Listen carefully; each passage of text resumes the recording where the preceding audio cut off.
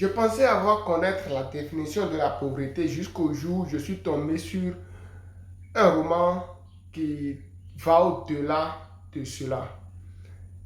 Selon moi, la pauvreté est le manque d'argent. Si tu n'as pas d'argent, tu es pauvre. Mais la situation va au-delà de cela. C'est un roman de développement personnel de Rigobert Kanyama. Si tu connais le nom du roman, tu mets dans les commentaires. Rigobert dit que nous avons trois étapes de la pauvreté. La première étape, c'est les pauvres chroniques. Je disais que j'étais pauvre, mais il y a encore les pauvres chroniques. C'est-à-dire les gens de personnes qui dépensent plus que ce qu'ils gagnent. Ceux-là, c'est des pauvres chroniques. On prend l'exemple de quelqu'un qui gagne 1 000 € par mois et qui dépense 1 500 € par mois.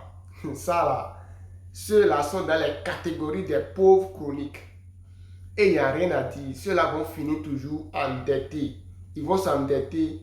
Ils vont toujours finir dans la pauvreté si rien n'est fait pour changer cette mentalité. C'est vraiment bizarre. La deuxième catégorie, c'est les pauvres équilibrés. Dans pauvreté aussi, il y a équilibré. C'est-à-dire, les pauvres équilibrés, c'est les pauvres qui dépensent exactement ce qu'ils gagnent. C'est-à-dire, tu gagnes 1 000 € le mois, tu dépenses exactement les 1 000 € le mois. Ça veut dire que ceux-là ne font pas recours à des dettes, ni à des prêts, ils n'attendent pas de financement, rien. Mais ils dépensent exactement ce qu'ils gagnent. C'est-à-dire, ceux-là n'ont même pas d'économie. Ceux-là aussi gagnent 1 000 € et dépensent tous les 1 000 €. Donc, ceux-là aussi vont finir dans la pauvreté si rien n'est fait pour changer aussi cette mentalité. La troisième catégorie, c'est les pauvres moyens. C'est les pauvres moyens. Dans la pauvreté aussi, il y a son moyen. Les pauvres moyens, c'est ceux qui gagnent leur dû, économisent une partie et dépensent les restes. Voilà. C'est-à-dire ceux qui font des économies ou bien des épargnes dans des buts précis. Ceux qui ont des objectifs précis.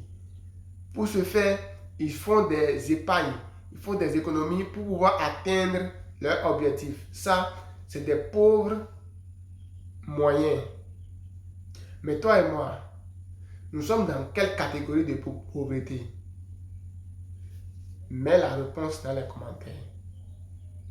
N'oublie pas de t'abonner, de mettre un pouce bleu pour plus d'informations.